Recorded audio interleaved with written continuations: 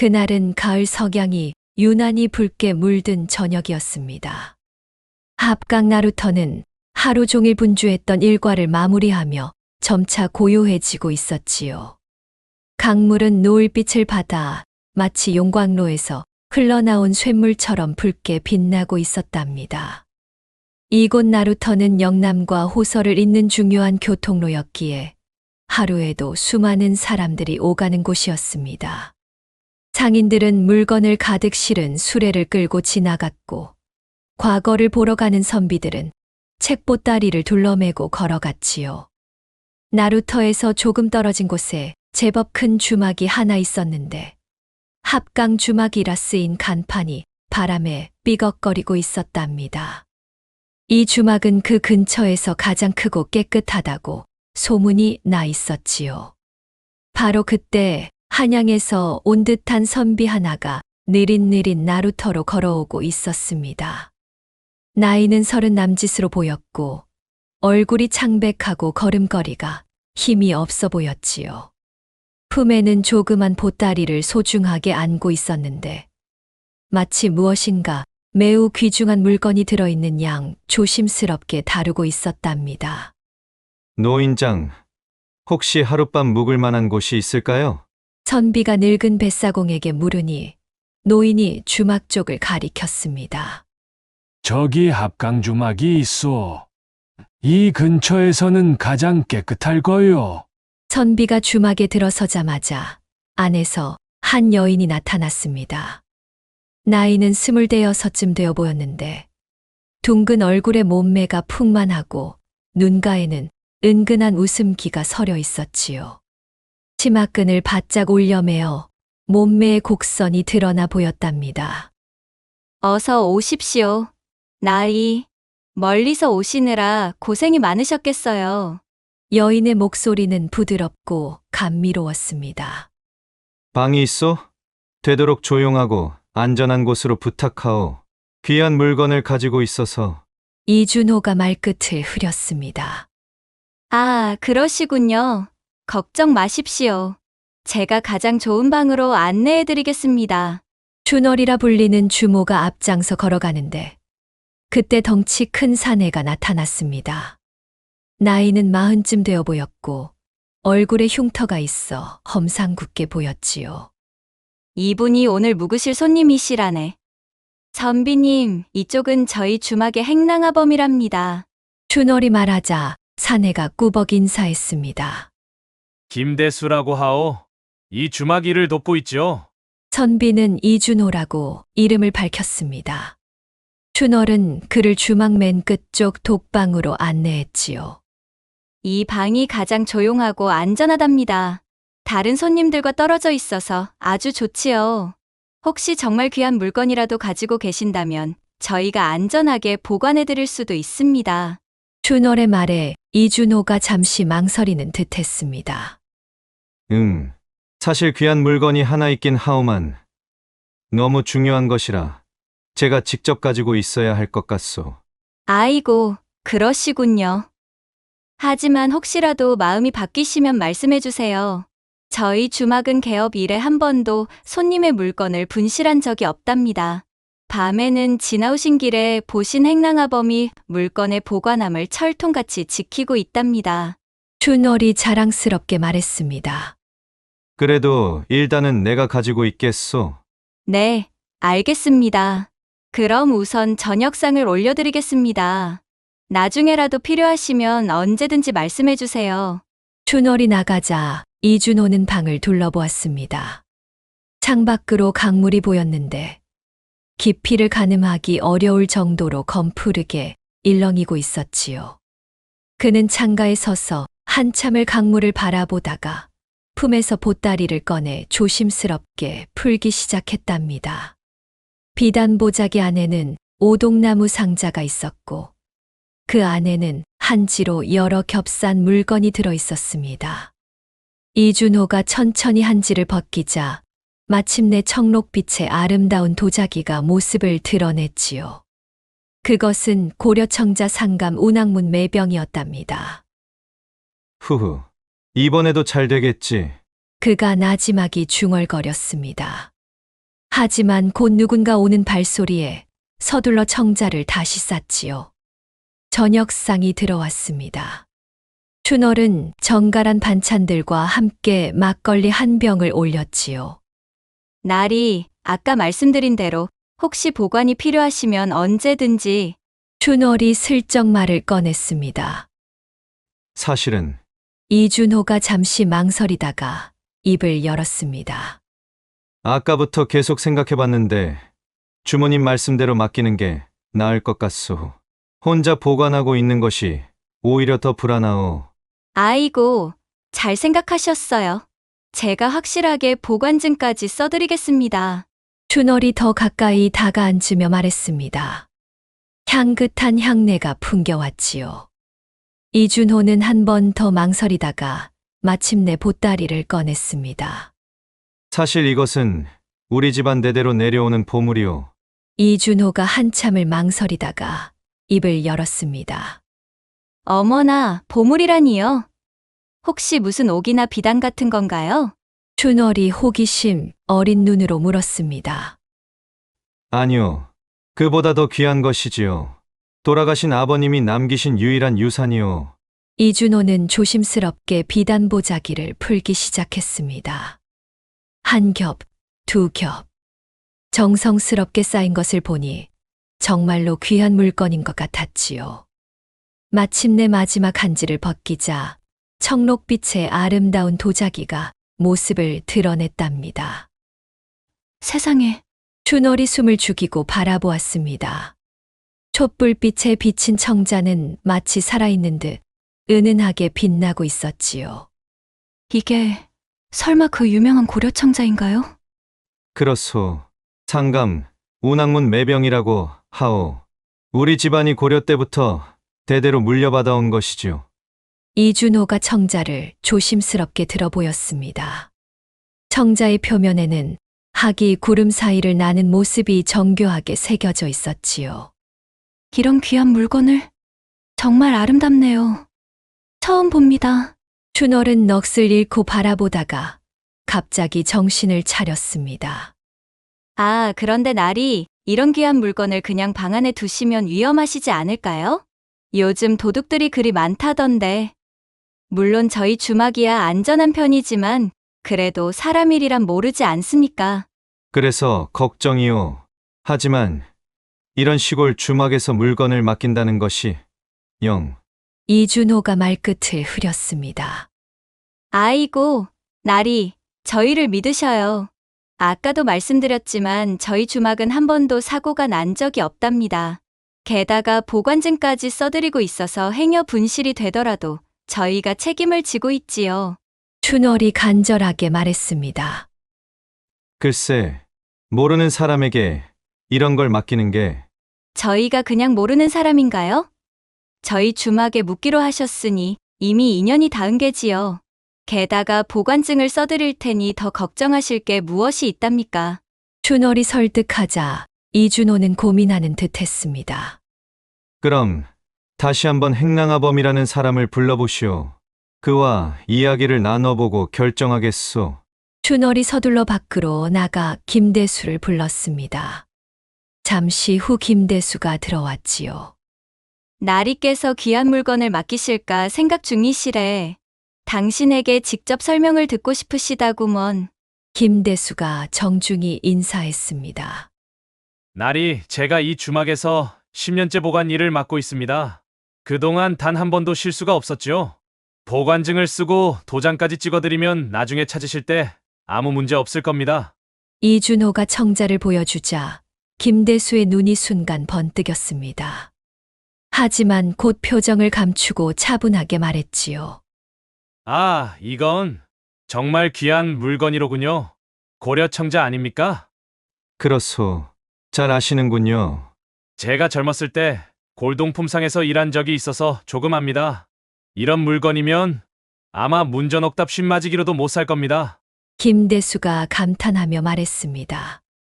그만큼 귀한 물건이니 더욱 조심해야겠군요.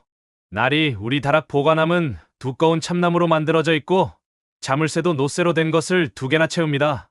절대 안전하지요. 이준호는 한참을 생각하더니 마침내 고개를 끄덕였습니다. 좋소. 그럼 맡기겠소. 대신 보관증은 확실하게 써주시오. 물론입니다. 잠시만 기다려 주십시오. 김대수가 종이와 벼루를 가져왔습니다. 그리고 정성스럽게 글을 쓰기 시작했지요.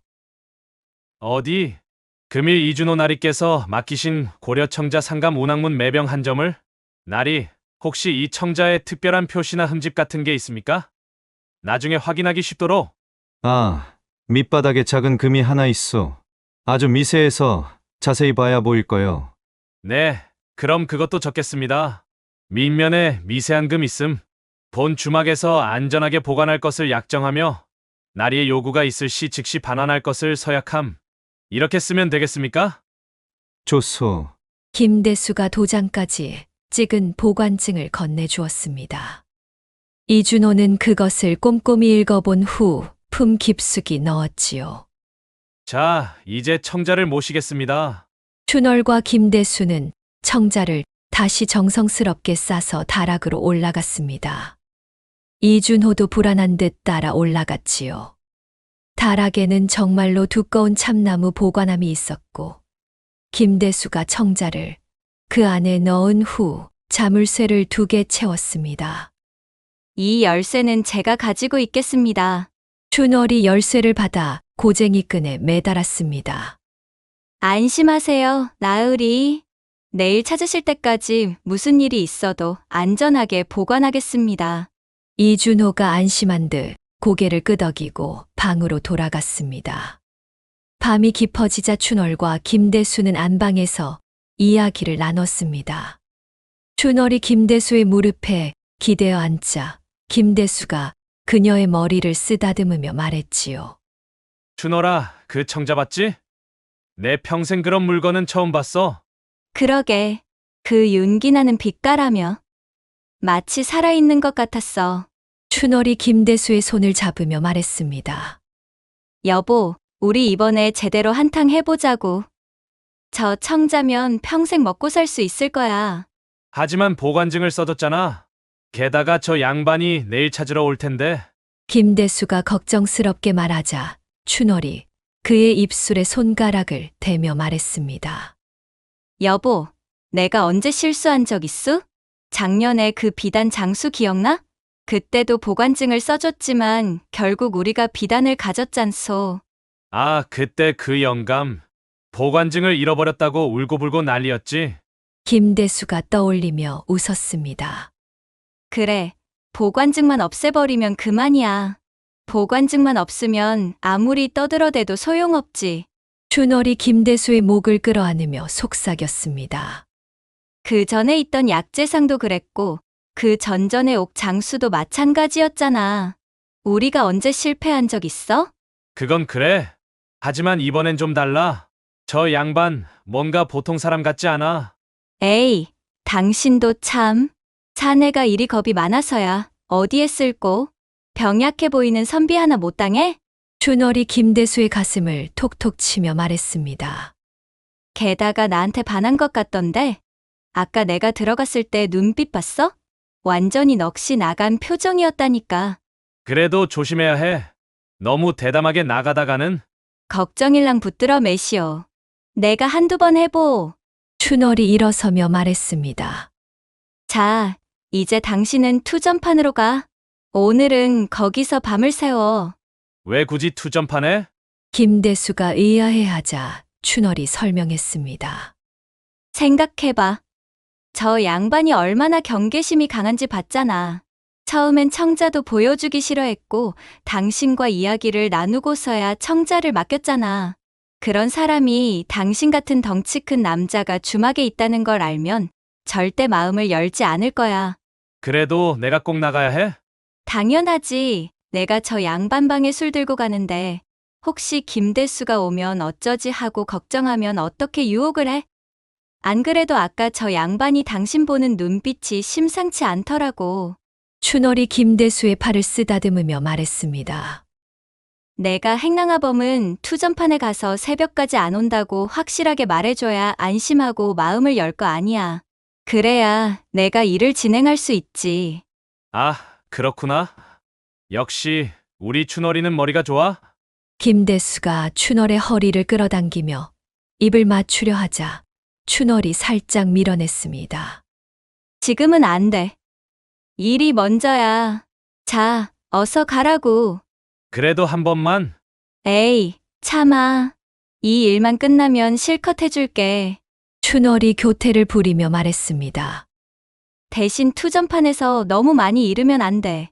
우리 미천까지 날리면 안 되니까. 알았어. 적당히 하고 있을게. 김대수가 일어서며 곰방대를 챙겼습니다. 아, 그리고 춘월이 불렀습니다. 뭐가 더 있나? 만약 누가 물어보면 주모가 손님 시중 드느라 바쁘다고 해. 알았지? 그래, 걱정 마. 김대수가 춘월의 뺨에 입을 맞추고 방을 나갔습니다.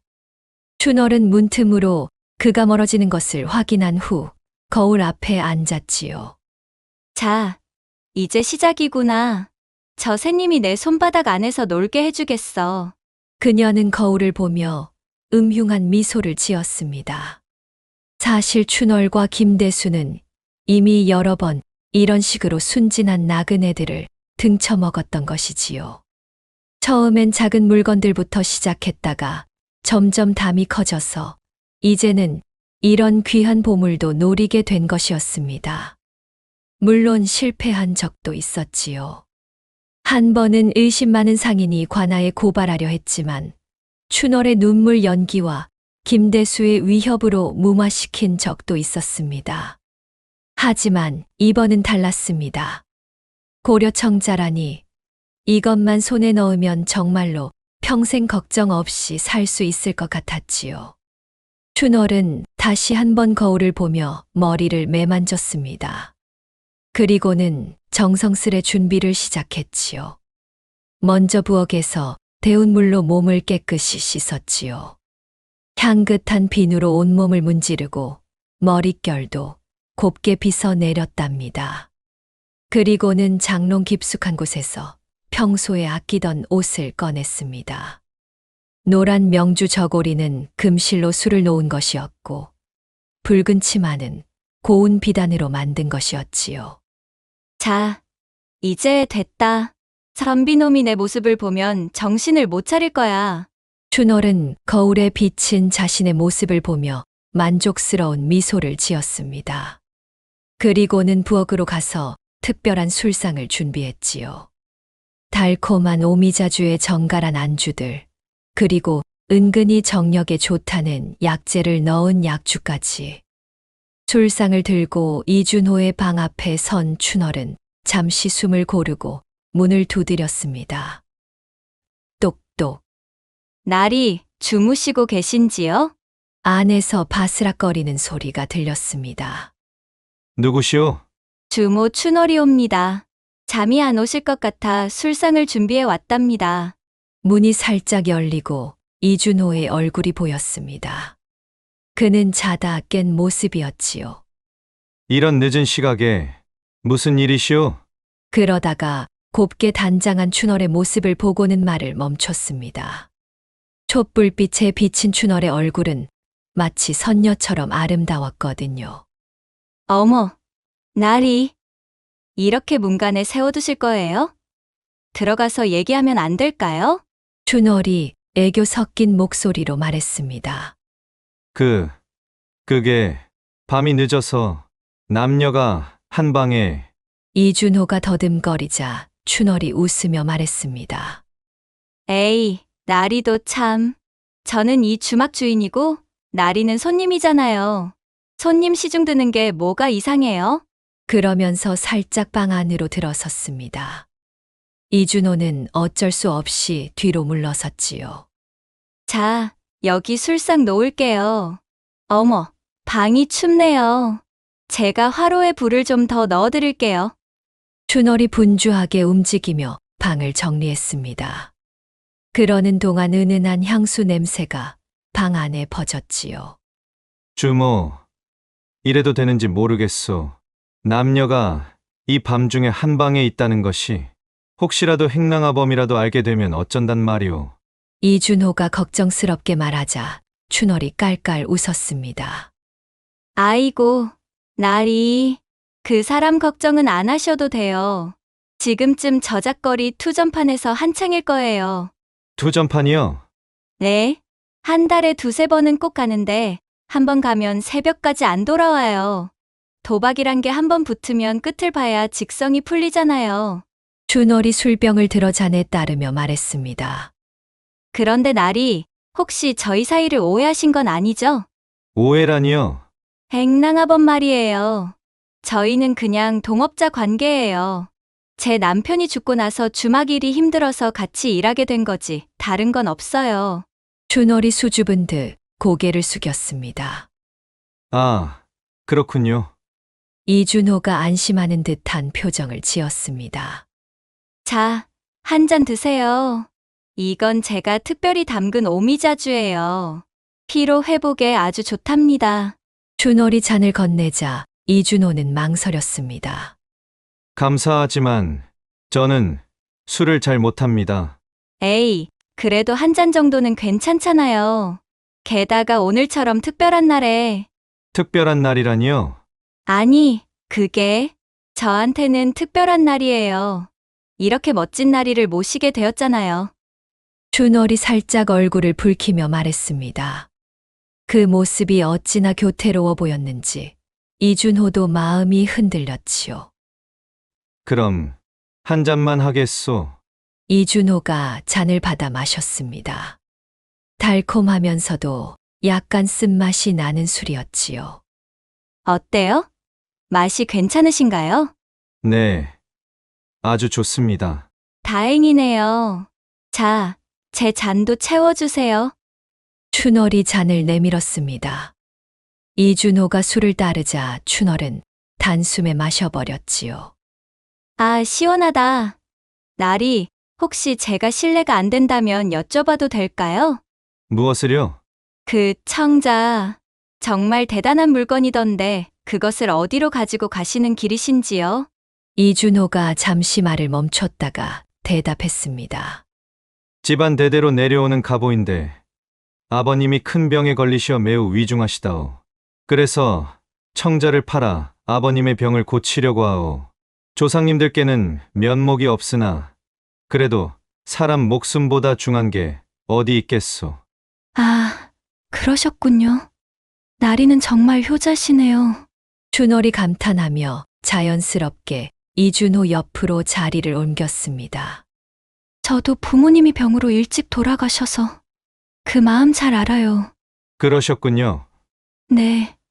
15세 시집 왔는데 20살에 남편마저 잃고 이제는 이 주막이 전부예요. 춘월이 슬픈 표정을 지으며 이준호의 소매를 살짝 잡았습니다. 힘드셨겠소. 나리 같은 분이 그렇게 말씀해 주시니 위로가 되네요. 춘월이 눈물을 글썽이며 이준호를 바라봤습니다. 그 눈빛이 어찌나 애절했는지 이준호도 모르게 마음이 약해졌지요. 술이 한 잔, 두 잔 더 오가면서 두 사람의 거리는 점점 가까워졌습니다. 춘월은 교묘하게 이준호의 잔을 계속 채웠고 자신도 함께 마시는 척했지요. 나리, 혹시 저를 이상한 여자로 보시지는 않는지요? 무슨 말씀이신지. 이렇게 밤에 찾아와서 처음 보는 남자 방에 춘월이 부끄러운 듯 고개를 숙였습니다. 아니요, 전혀 그렇지 않소. 정말요? 사실 저 나리를 처음 보자마자 가슴이 두근대서 견딜 수가 없었답니다. 춘월이 슬며시 이준호의 손을 잡았습니다. 뜨거운 체온이 전해졌지요. 주모, 춘월이라고 불러주세요. 제발. 춘월이 간절한 눈빛으로 이준호를 바라봤습니다. 이준호는 술기운도 있고 해서 정신이 몽롱해지기 시작했지요. 춘월아. 네, 나리. 춘월이 더욱 가까이 다가왔습니다. 그녀의 입술이 이준호의 귀에 닿을 듯 말 듯 했지요. 저 정말 외로워요. 나리가 가시면 또 혼자가 될 텐데. 그 말에 이준호의 마지막 이성이 무너졌습니다. 그는 춘월을 끌어안았고 춘월도 그를 받아들였지요. 나리, 불을 꺼도 될까요? 춘월이 속삭이자 이준호가 고개를 끄덕였습니다. 춘월이 호롱불을 끄자 방 안이 어둠에 잠겼지요. 여러분, 바로 이때부터가 참으로 기막힌 일이었습니다. 어둠 속에서 두 사람은 서로를 탐했지만 각자의 마음 속에는 다른 계산이 숨어 있었거든요. 춘월은 이준호의 옷을 벗기면서도 손끝으로 계속 무언가를 찾고 있었습니다. 저고리를 벗기고 바지를 내리면서도 그녀의 손은 은밀하게 주머니를 더듬었지요. 보관증이 어디 있지? 분명 품에 넣는 걸 봤는데. 한편 이준호도 춘월을 받아주면서 그녀의 허리춤을 살피고 있었습니다. 열쇠가 고쟁이 끈에 달려있다고 했지. 두 사람의 숨소리가 거칠어지면서도 각자의 손은 목적을 향해 바쁘게 움직였답니다. 마침내 춘월이 이준호의 속주머니에서 접힌 종이를 발견했습니다. 찾았다. 그녀는 정사에 몰두하는 척하면서 교묘하게 그 종이를 빼냈지요. 그리고는 자신의 치마 밑에 재빨리 숨겼습니다. 이준호도 춘월의 고쟁이 끈에서 열쇠를 찾았습니다. 그는 몰래 열쇠를 끈에서 빼어 주먹에 쥐었지요. 첫 번째 운우가 끝나자 이준호가 헐떡이며 말했습니다. 잠깐, 변소에 다녀와야겠소. 어머, 나리, 갑자기 변소라니요. 소첩을 혼자 두지 마시어요. 춘월이 아쉬운 듯 그를 붙잡았지만 이준호는 부드럽게 뿌리쳤습니다. 금방 올 테니 기다리시오. 이준호가 옷을 대충 걸치고 나가자 춘월은 재빨리 훔친 종이를 확인했습니다. 맞아. 보관증이야. 그녀는 득이양양한 표정을 지었지요. 한편 밖으로 나온 이준호는 품에서 미리 준비해둔 밀랍 덩어리를 꺼냈습니다. 그리고 춘월의 열쇠를 밀랍에 꾹 눌러본을 떴지요. 좋아. 완벽해. 이제 다시 들어가서 마저 즐기면 되겠구나. 이준호가 다시 방으로 들어오자 춘월이 요염한 자세로 기다리고 있었습니다. 왜 이리 오래 걸리셨어요? 소첩이 기다리다 잠이 들 뻔했답니다. 미안하오. 이리 오시오. 두 번째 운우가 시작되었습니다. 이번에는 더욱 격렬했지요. 춘월은 보관증을 훔친 성공감에 들떠서 더욱 열정적이었고 이준호도 계획이 순조롭게 진행되자 마음껏 즐겼답니다. 새벽이 가까워오자 춘월이 먼저 몸을 일으켰습니다. 나리, 이제 가봐야겠어요. 곧 날이 밝을 테니. 벌써 가시오. 네. 행랑아범이 돌아오기 전에 가보아야지요. 오늘 밤은 정말 행복했어요. 춘월이 옷을 입으며 수줍게 웃었습니다. 나도 그랬소. 그럼 편히 쉬세요. 아침상은 제가 일찍 올려드릴게요. 춘월이 살며시 입을 맞추고 방을 나갔습니다. 문이 닫히자마자 이준호는 침상에서 벌떡 일어났습니다. 그리고 나지막이 중얼거렸지요. 어리석은 것. 가짜를 진짜인 줄 알고 내가 누군지도 모르면서. 춘월은 부엌으로 가서 훔친 보관증을 불에 태웠습니다. 종이가 타는 것을 보며 그녀는 미소를 지었지요. 이제 우리에게 물건을 맡겼다는 증거는 아무것도 남지 않았구나. 저 선비놈이 돌려달라. 아무리 우겨대도 소용없겠지. 같은 시각 이준호는 마을 대장간으로 향했습니다. 이 본대로 열쇠를 만들어 주시오. 급한 일이니 지금 당장 만들어 주시오. 대장간 주인은 의아해했지만 돈을 받고는 열심히 열쇠를 만들었지요. 열쇠를 받은 이준호는 주막으로 돌아와 아무도 없는 틈을 타 다락으로 올라갔습니다. 복제한 열쇠로 자물쇠를 열고 청자를 꺼냈지요. 이제 이 가짜를 물에 던져버리면 저들은 빈 상자만 남은 걸 보고 당황하겠지. 그는 청자를 들고 강가로 갔습니다. 그리고 아무도 보지 않는 깊은 곳에 던져버렸지요. 퐁당. 청자는 거품을 일으키며 강물 속으로 사라졌습니다. 사실 이준호는 처음부터 사기꾼이었답니다. 그는 정교하게 만든 가짜 청자를 들고 다니며 여러 곳에서 사기를 쳐왔던 것이지요. 이번에도 보관증만 가지고 돈을 뜯어낼 생각이었는데 자, 이제 보관증을 들고 청자를 찾으러 가보아야겠구나. 청자가 없어진 걸 알고 당황해야 할 얼굴들을 떠올리니 벌써 웃음이 나는구나. 그는 흐뭇한 마음으로 방으로 돌아왔습니다. 그리고 품을 뒤져 보관증을 찾으려 했지요. 아니, 보관증이 어디로 갔지?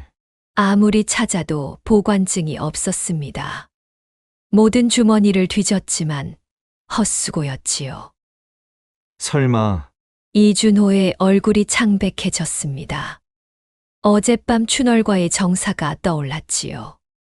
설마, 춘월이가.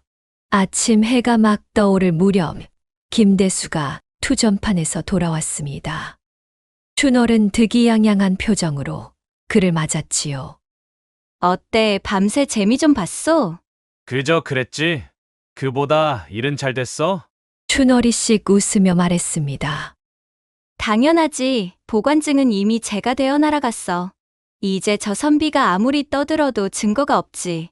잘했어. 그럼 이제 청자만 팔면 되겠네. 김대수가 기뻐하며 말했습니다. 그래. 일단 청자부터 확인하자.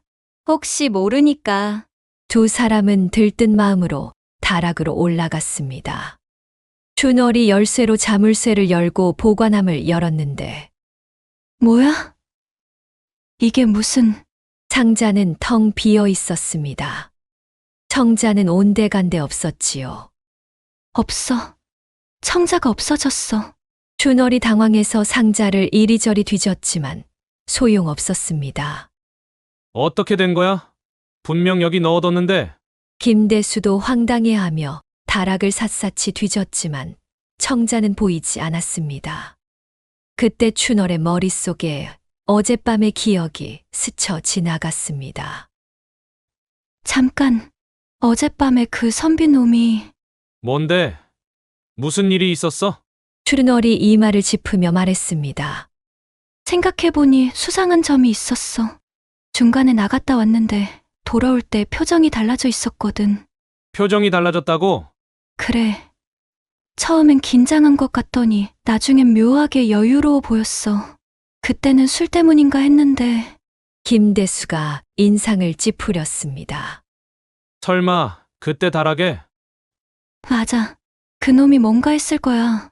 내가 한눈 판 사이에 춘월의 얼굴이 점점 창백해졌습니다. 그놈이 가져간 거야. 분명해. 바로 그때 문을 두드리는 소리가 들렸습니다. 주모, 잠깐 뵐 일이 있어. 이준호의 목소리였습니다.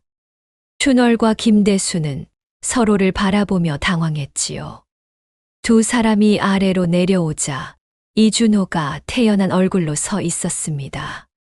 간밤에 안녕하셨는지요?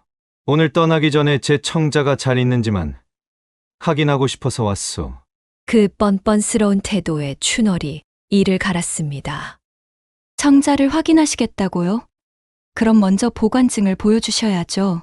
보관증이요? 아, 그게 이준호가 품을 뒤지는 척하며 말했습니다. 이상하구먼. 분명 여기 넣어뒀는데 혹시 어젯밤에 떨어뜨렸나? 보관증도 없으면서 어떻게 확인을 하신다는 거예요?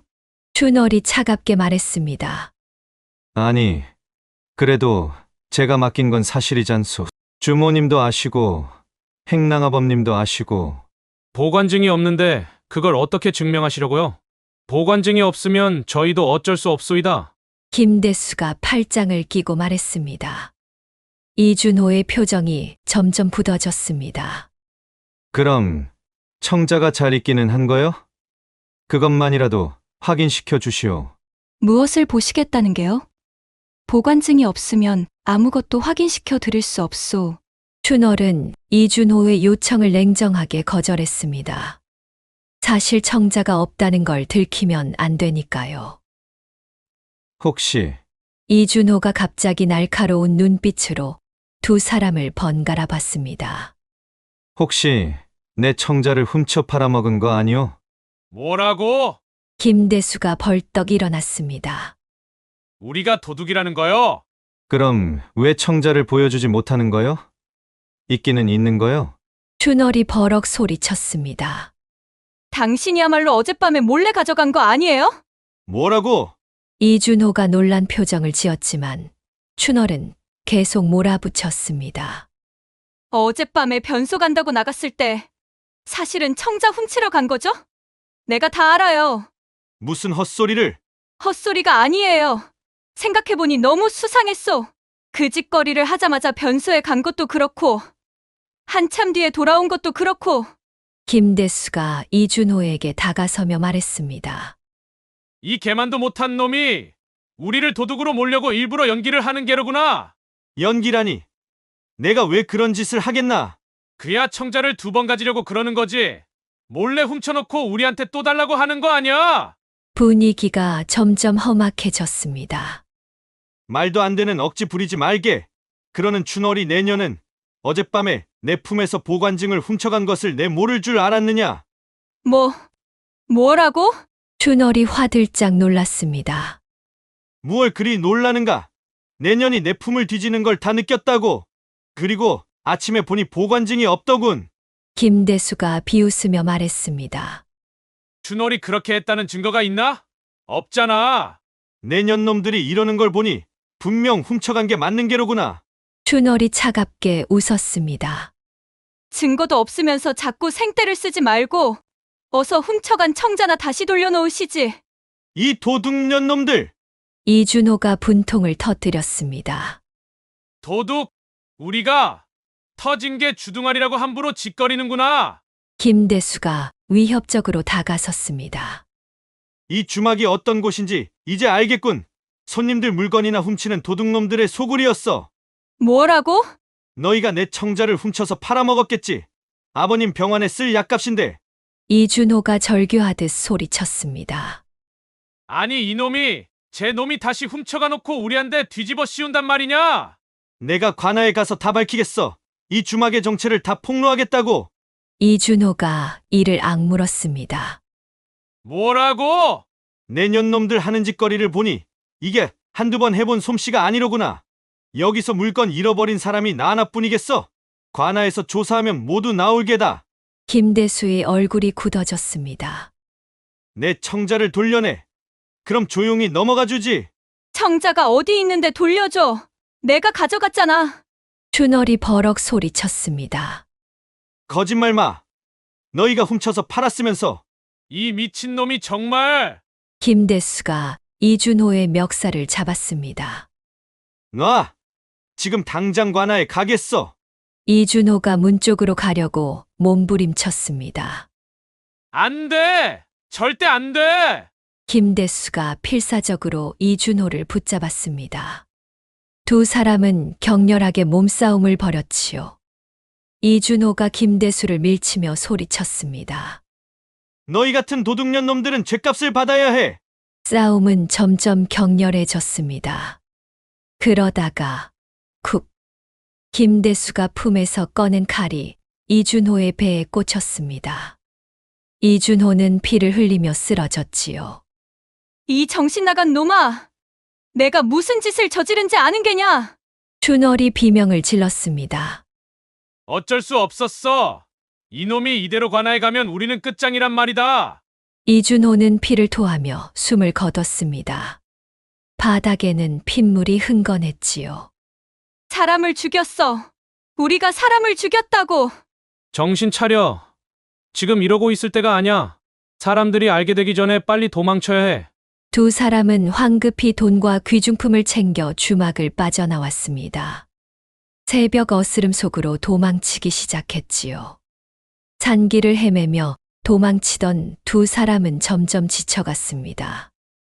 험한 산길에 춘월의 고운 신발은 다 찢어졌고 발에는 피가 났지요. 아이고 아파라. 더는 못 가겠어. 조금만 참아. 이 고개만 넘으면 한숨 돌려도 될 게야. 하지만 갈수록 길은 험해졌고 두 사람의 사이도 험악해졌답니다. 다 무식한 내 놈 탓이야. 내가 그 선비를 죽이지만 않았어도. 춘월이 울부짖었습니다. 뭐? 청자를 훔치자고 한 게 누구야? 내년이 똑바로 했다면 이 사단이 왜 난단 말이냐? 보관함을 관리하는 건 네 몫이잖아. 청자가 없어진 것도 몰랐단 거야. 아니 이년이 내년이 나를 투전판에 보냈지 않았더냐? 그럼 청자를 관리하는 것도 내년 몫이지. 그게 없어진 것이 왜 내 탓이냐? 그래도 나는 살인자가 될 줄은 몰랐어. 왜 사람을 죽여서 이 고생을 하게 만드냐고. 두 사람은 낭떠러지 근처에서 격렬하게 다퉜습니다. 김대수가 춘월을 밀쳤고 춘월도 김대수를 밀쳤지요. 내가 없었으면 이런 일도 없었을 거야. 춘월이 있는 힘을 다해 김대수를 밀었습니다. 김대수는 중심을 잃고 비틀거리다가 낭떠러지로 떨어졌습니다. 깊은 골짜기에서 둔탁한 소리가 났지요. 대수야, 안 돼! 춘월이 절규했지만 대답은 없었습니다. 이제 혼자 남은 춘월은 공포에 떨며 산을 헤맸습니다. 해가 지고 어둠이 내렸지요. 그녀는 추위와 공포, 그리고 죄책감에 시달리며 정처 없이 걸었답니다. 그때 저 멀리서 횃불이 보였습니다. 사람이다. 이제 살았구나. 살았어. 춘월이 달려갔습니다. 하지만 그들은 구원자가 아니었지요. 오호, 이런 곳에 여자가? 오늘은 억세게 운이 좋은 날이로군. 산적들이었습니다. 춘월은 비명을 지르며 도망치려 했지만 이미 늦었지요. 안 돼. 제발. 하지만 그녀의 절규는 깊은 산속에 묻혀버렸답니다. 그로부터 한 달 후 합강 나루터의 늙은 뱃사공은 한 양반에게 이 이야기를 들려주었습니다. 그 주막은 주인도 없이 버려졌고 이준호라는 선비의 시신은 관아에서 수습했다네. 춘월과 김대수는 행방불명이 되었고 나중에 김대수는 산속 낭떠러지에서 시체로 발견되었다더군. 춘월은요? 그 여자는 몇 달 후 산적들의 소굴에서 미쳐버린 채로 발견되었다네. 지금은 어디론가 사라졌다고 하더군. 뱃사공은 한숨을 쉬며 말을 이었습니다. 그 청자가 진짜였는지 가짜였는지는 아무도 모른다네. 강물 속 어딘가에 가라앉아 있겠지. 하지만 그게 뭐가 중요한가? 욕심이 욕심을 부르고 피가 피를 불렀으니 양반이 고개를 끄덕였습니다. 참으로 무서운 이야기로군요. 그래서 이 나루터엔 지금도 달 밝은 밤이면 이상한 소리가 들린다네. 물 귀신의 울음인지 억울한 원혼들의 한탄인지. 그저 하늘이 알고 땅이 아는 죄는 결국 그 대가를 치른다는 것을 보여주는 것이겠지. 붉은 석양이 다시 강물을 물들였습니다. 합강의 물결은 예나 지금이나 변함없이 흐르고 있었지요. 다만 그 물속 깊은 곳에는 탐욕과 거짓, 그리고 피의 이야기가 가라앉아 있을 뿐이었답니다. 이렇게 해서 제 꾀에 제가 넘어가고 남을 해치려다 스스로를 해친 어리석은 인간들의 이야기가 끝이 났습니다. 여러분도 이 이야기를 통해 탐욕의 끝이 얼마나 비참한지 다시 한번 깨달으셨기를 바랍니다. 하늘은 알고 땅은 안다 했으니 세상 모든 죄는 결국 그 값을 치르게 되는 법이지요. 다음 이야기가 지금 시작됩니다. 구독과 좋아요는 큰 힘이 됩니다. 옛날 안성에 사는 박 씨는 세상 부러울 것 없는 부자였습니다. 선친으로부터 가산을 넉넉히 물려받아 가을이면 곳간에 오곡이 가득 쌓였지요. 서당에 다니는 세 아들과 한 딸은 총명하기가 이를 데 없었고 수더분한 마누라는 남편을 하늘처럼 떠받들었답니다. 게다가 일가 친척이 한 동네에 살아 든든하니 박 씨 자신도 1년 12달 몸살 한 번 알아 누운 적 없이 건강하였지요. 더구나 박 씨는 한시도 손을 놀리지 못하는 일벌레여서 논농사든 밭농사든 어느 해나 풍년이었습니다. 가을 추수 후 어디서 팔려고 내놓은 논밭이 있다는 소문이 돌면 두꺼비가 파리 잡아먹듯 널름 사들이는 사람은 언제나 박 씨였답니다. 어느 날 장에 갔다가 박 씨는 마을에서 이름난 오첨지를 만났습니다. 소나 논밭을 팔고 살 때 거간도 하고 투전판도 얼쩡거리는 오첨지였지요. 이 오첨지라는 사내는 동네에서 손꼽히는 말재주꾼이었습니다. 그는 박 씨의 손을 덥석 잡더니 이리 말하였습니다. 이보게 박씨, 한평생 일만 하다가 저승으로 갈 참인가?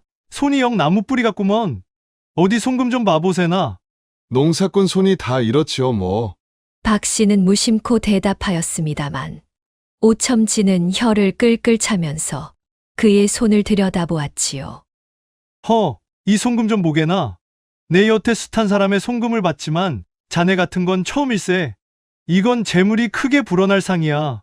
지금 가진 것은 그저 미천에 불과하다네.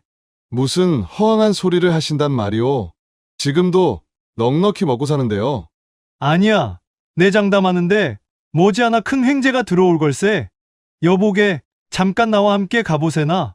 박 씨는 시큰둥했지만 오첨지의 끈질긴 권유에 못 이겨 주막으로 발걸음을 옮겼습니다. 두 사람이 탁배기 잔을 주고받다 보니 어느새 동짓달 짧은 해가 지고 어둠살이 내려앉았지요. 주모, 박씨의 장보따리 좀 맡아주게. 아이들 줄게요. 마누라, 치맛감, 간고등어 등이 든 박 씨의 장보따리를 주막에 맡긴 오첨지는 칼바람이 몰아치는 골목길을 지나 어느 산뜻한 기와집으로 박 씨를 안내했답니다. 어디 가는 것이오? 허허, 자네 세상 물정을 너무 모르는구먼. 재물을 늘리려면 먼저 돈이 어떻게 도는지 알아야지. 오늘은 특별히 내가 안내해주겠네. 말로만 듣던 색주가였습니다. 붉은 등롱이 대문 양쪽에 걸려 있고 안에서는 가야금 소리가 은은히 흘러나왔지요. 박 씨가 어리둥절해 하는데 이내 곱게 화장한 색시가 버선발로 뛰쳐나와 오첨지에 팔짱을 꼈습니다. 어머, 오 나으리. 날이 추운데 오늘은 귀한 손님을 모셨구려. 오늘 밤의 주비는 바로 이 양반이야. 그간 농사일에 파묻혀 세상 구경 한번 못한 친구라네. 박 씨는 발걸음이 떨어지지 않았습니다. 평생 아내 하나만 알고 살아온 그에게 이런 곳은 들어서기조차 꺼려졌지요. 오첨지, 나는 집에 가야 하오. 마누라와 아이들이 기다리고 있소. 아이고, 이 답답한 양반아. 잠깐 구경만 하고 가면 되지 않나. 자네도 남자인데 이런 곳이 어떤 곳인지는 알아야지. 사군자 병풍이 장막을 친 뜨뜻한 방에 자리를 잡자 산의 진미가 들어오고 분냄새에 물씬 풍기는 꽃 같은 색시 둘이 들어와 몸을 기대며 청주잔을 채웠습니다. 박나으리, 첫 잔은 제가 올리겠어요. 20살이나 되었을까. 복사꽃 같은 뺨을 한 기생이 옷 같은 손으로 술잔을 권했지요. 박 씨는 당황하여 손사래를 쳤습니다. 아니 됐소. 나는 술을 잘 못하오. 어머, 나리. 제가 드리는 술을 한 잔도 못 드신다는 거예요? 서운하네요. 기생이 새초롬한 표정을 지으며 술잔을 들이대니 박 씨는 어쩔 수 없이 받아 마셨습니다. 독한 청주가 목구멍을 타고 내려가자 온몸이 뜨거워졌지요. 호호, 나리는 술을 참 잘 드시네요. 한 잔 더 드릴까요? 어느새 다른 기생이 가야금을 뜯으며 노래를 부르기 시작했습니다. 그 목소리가 어찌나 구슬픈지 박 씨는 자신도 모르게 눈시울이 붉어졌습니다. 평생 거친 농사일만 하며 살아온 그에게 이런 부드러운 세계는 충격이었지요. 박나리, 무슨 생각을 그리 하세요? 아무것도 아니오. 거짓말. 나리 눈에 그리움이 가득한데요. 혹시 젊은 시절 못 이룬 연정이라도 있으신게요? 기생의 물음에 박 씨는 화들짝 놀랐습니다. 무슨 소리를. 나는 평생 마누라 하나만. 어머, 놀라시는 걸 보니 진짜인가 보네요. 요즘에도 이런 순정을 가진 남정네가 있다니. 기생이 몸을 기대며 속삭이니 박 씨는 가슴이 두근거렸습니다. 그날 밤, 박 씨는 처음으로 아내가 아닌 다른 여인과 밤을 보냈지요. 새벽녘에야 정신을 차린 그는 황급히 집으로 돌아왔습니다. 여보, 밤새 어디 있다가 이제야 오시는 거요? 무슨 일이라도 생긴 줄 알고 밤새 걱정했잖소. 미안하오. 장에서 갑자기 일이 생겨서. 박 씨는 아내의 눈을 피했습니다. 옷에서 풍기는 향내를 들킬까봐 멀찍이 떨어져 섰지요. 그러나 아내는 아무것도 눈치채지 못한 듯 다정하게 말했습니다. 춥고 피곤했을 텐데 어서 들어와 쉬시오. 뜨거운 국 끓여놨소. 그 순박한 모습에 박 씨는 가슴이 찔렸습니다. 하지만 한 번 맛본 색주가의 화려함을 잊기는 어려웠지요. 그 후로 박 씨는 장날이면 꼭 오첨지를 찾았습니다. 그리고 오첨지는 어김없이 박 씨를 색주가로 이끌었지요.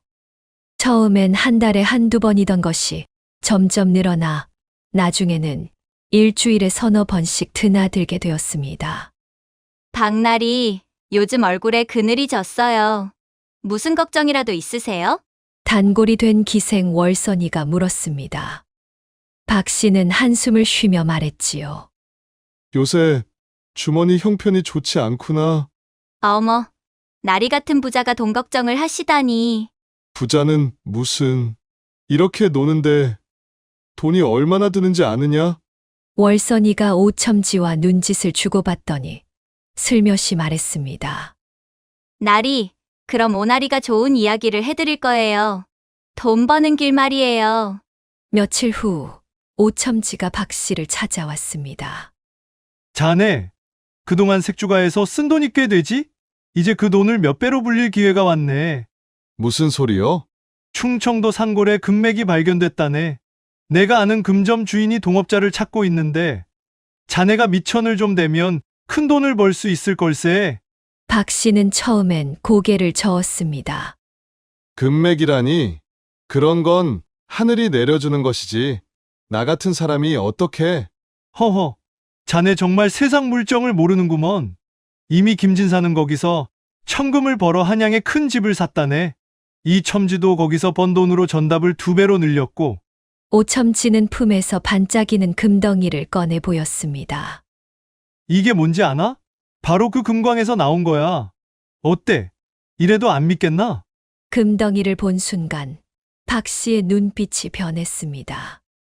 그 노란 빛깔이 눈을 사로잡았지요. 정말 이게 거기서 나온 거란 말이오? 그럼 내가 거짓말을 하겠나? 다만 지금은 갱도를 덮어야 해서 일꾼 품삯이 필요한데. 박 씨는 고민에 빠졌습니다. 그러던 어느 날 월선이가 은근히 말했지요. 나리, 이번 달 기방 외상값이 좀 밀렸던데 혹시 그 금광 일은 어떻게 되셨어요? 아직 결정을 못했단다. 어머, 나리, 기회는 지나가면 다시 안 와요. 다른 사람이 먼저 차지하면 어쩌려고요?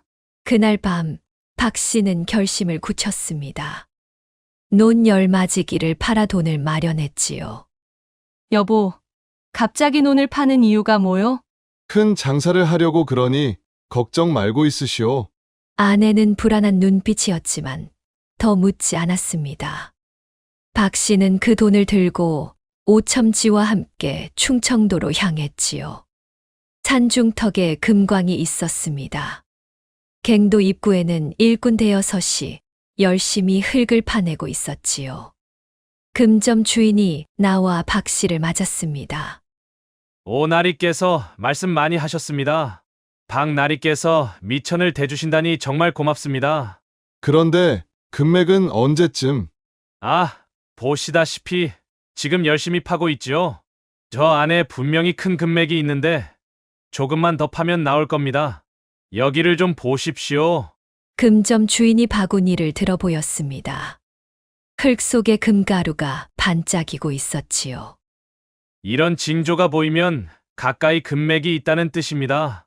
많아야 한두 달이면 박 씨는 반신반의하면서도 돈을 건넸습니다. 그리고 한 달을 기다렸지요. 그러나 금맥은 나오지 않았습니다. 방날이 일꾼들 품삯이 떨어졌습니다. 갱도도 더 깊이 파야 하고 조금만 더 대주시면 곧 금맥이 나올 텐데 박 씨는 할 수 없이 안성으로 돌아와 또 논밭을 팔았습니다. 이번엔 20마지기였지요. 여보, 우리 논밭이 자꾸 줄어들고 있다오. 도대체 무슨 일을 하시는 거요? 곧 큰 돈을 벌게 될 거니 조금만 참고 있으시오. 그러나 2달이 지나도 3달이 지나도 금맥은 나오지 않았습니다. 박 씨는 점점 초조해졌지요. 색주가에도 발길이 뜸해졌습니다. 박나으리, 왜 이렇게 오랜만에 오셨어요? 요즘 금광일로 바빠서 어머, 그 일은 잘 되고 있어요? 곧 큰 부자가 되시겠네요. 월선이의 말에 박 씨는 억지로 웃었습니다. 사실은 금맥이 나오지 않아 속이 타들어가고 있었지요. 어느 날 금점 주인이 박 씨를 급히 불렀습니다. 나으리, 드디어 나왔습니다. 뭐가 나왔다는 거요? 이걸 보십시오. 금점 주인이 내민 것은 주먹만 한 돌덩이였는데 한쪽 면에 금이 번쩍이고 있었습니다. 이건 확실한 증거입니다. 금맥이 바로 코앞에 있다는 뜻이에요. 조금만 더 파면 대박입니다. 박 씨의 눈이 번쩍 뜨였습니다. 드디어 기다리던 순간이 온 것 같았지요. 얼마나 더 필요하오? 이번이 마지막입니다. 큰 갱도를 뚫어야 해서 아마 지금까지의 2배 정도면 충분할 겁니다. 박 씨는 망설였습니다. 이미 논밭의 절반 이상을 팔았는데 또 팔아야 한다니. 나으리, 이런 기회는 다시 안 옵니다. 여기서 포기하면 지금까지 들인 돈이 다 허사가 되는 게지요. 박 씨는 결국 집과 나머지 논밭을 모두 팔았습니다. 게다가 장리쌀까지 구워서 마지막 미천을 마련했지요. 여보, 집까지 팔다니. 우리 가족은 이제 어디서 산단 말이오? 조금만 참으시오. 곧 금맥이 나오면 더 큰 집을 살 테니. 아내는 눈물을 흘리며 세간을 챙겼습니다. 아이들은 영문도 모른 채 문중사당 옆 허름한 방으로 이사를 갔지요. 박 씨는 마지막 희망을 품고 충청도로 갔습니다. 그런데 금광에 도착해보니 믿을 수 없는 광경이 펼쳐졌습니다. 텅 빈 갱도와 버려진 연장들만 덩그러니 놓여 있었지요.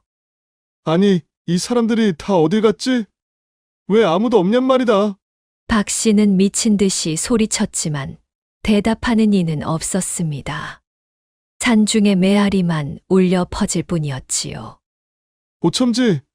오첨지 그놈을 찾아야 해. 박 씨는 허둥지둥 산을 내려와 오첨지를 찾았지만 그 역시 연기처럼 사라지고 없었습니다. 이웃에 물어보니 며칠 전 어디론가 떠났다고 했지요. 그제야 박 씨는 모든 것이 사기였음을 깨달았습니다. 주저앉아 땅을 치며 통곡했지요. 아, 내가 욕심에 눈이 멀었구나. 조상님이 물려주신 땅을 다 날려먹다니. 빈털터리가 된 박 씨는 비틀거리며 안성으로 돌아왔습니다. 문중 사당 곁 초라한 움막에서 가족들이 그를 기다리고 있었지요. 아버지, 막내 아들이 맨발로 뛰어나왔습니다. 때 묻은 얼굴에 옷은 남루했지요. 큰아들은 이미 서당을 그만두고 남의 집 머슴살이를 하고 있었습니다. 여보, 아내는 아무 말 없이 남편을 바라보았습니다. 원망의 눈빛이 아니라 깊은 슬픔이 서린 눈이었지요. 박 씨는 그 자리에 무릎을 꿇었습니다. 내가 죄인이요. 욕심 때문에 모든 걸 잃었소. 그날 밤 박 씨는 아무것도 먹지 못하고 쓰러졌습니다. 몸도 마음도 지쳐 있었지요. 이튿날 아침 아내가 노란 조밥 한 그릇을 들고 왔습니다. 변변치 않지만 이거라도 드세요. 박 씨는 떨리는 손으로 조밥을 한 숟갈 떠서 입에 넣었습니다. 그 순간 뜨거운 눈물이 볼을 타고 흘러내렸지요. 이게 진짜였구나. 무슨 말씀이세요? 내가 찾아 헤맸던 금맥. 그게 바로 이거였어. 매일 먹던 이 밥, 함께하던 가족. 이보다 더 귀한 게 어디 있겠소. 박 씨는 조밥을 먹으며 지난 날을 돌아보았습니다. 넉넉했던 곳간, 아이들의 웃음소리, 아내의 따뜻한 미소. 그 모든 것이 진짜 보물이었는데 헛된 욕심에 눈이 멀어 잃어버렸던 것이지요. 박 씨는 그날부터 품팔이를 시작했습니다. 새벽부터 밤늦게까지 남의 논밭에서 일했지요. 예전엔 주인으로서 부리던 일꾼이었는데 이제는 자신이 일꾼이 된 것입니다. 가족들도 각자 할 수 있는 일을 찾아 열심히 일했습니다. 아내는 삭바느질을 하고 큰아들은 머슴살이를, 딸은 이웃집 아이를 봐주며 품삯을 받았지요. 봄이 오고 여름이 지나고 그렇게 계절이 몇 번 바뀌었습니다. 박 씨 가족은 조금씩 다시 일어서기 시작했지요. 작은 밭되기를 하나 둘 사들이고 초가집도 마련했습니다. 어느 날 동네 젊은이가 박 씨를 찾아왔습니다. 어르신, 제가 큰 돈을 벌 수 있는 기회를 찾았는데요. 그래? 어디 한번 들어보자. 강원도에 새로운 금광이 발견됐대요. 거기 미천을 대면 박 씨는 손을 들어 젊은이의 말을 막았습니다. 젊은이, 내가 한마디 해주지. 세상에 쉽게 얻는 돈은 없다네. 진짜 금맥은 내가 매일 흘리는 땀방울 속에 있어. 그걸 잊지 말게. 하지만 어르신도 예전엔 금광에 그래서 모든 걸 잃었지? 욕심이 화를 부른다는 걸 그때 깨달았다네. 자네는 내 같은 실수를 하지 말게. 젊은이는 의아한 표정으로 돌아갔지만 박 씨는 담담히 자신의 일을 계속했습니다. 그렇게 10년이 흘렀습니다. 박 씨는 다시 제법 넉넉한 농사꾼이 되었지요. 예전 같은 대부호는 아니었지만 가족과 함께 행복하게 살기에는 충분했습니다. 어느 날 장에서 뜻밖의 사람을 만났습니다. 바로 오첨지였지요. 그는 거지행색이 되어 구걸하고 있었습니다. 아니, 박 씨 아닌가? 오첨지, 당신이 어쩌다가 그때 번 돈을 모두 투전판에서 날렸다네. 이제는 이렇게. 박 씨는 잠시 그를 바라보다가 품에서 돈 몇 푼을 꺼내 주었습니다. 자네 때문에 고생했지만 덕분에 큰 걸 깨달았네. 이거라도 받게. 오첨지는 눈물을 흘리며 돈을 받았습니다. 미안하네. 정말 미안하네. 박 씨는 아무 말 없이 돌아섰습니다. 원망도 미움도 없었지요. 오히려 감사한 마음뿐이었습니다. 그 일이 없었다면 진짜 소중한 것이 무엇인지 깨닫지 못했을 테니까요. 해가 서산에 기울고 집에서는 저녁 짓는 연기가 피어올랐습니다. 박 씨는 빙그레 웃으며 집으로 들어갔지요. 그곳에는 그의 진짜 보물들이 기다리고 있었습니다.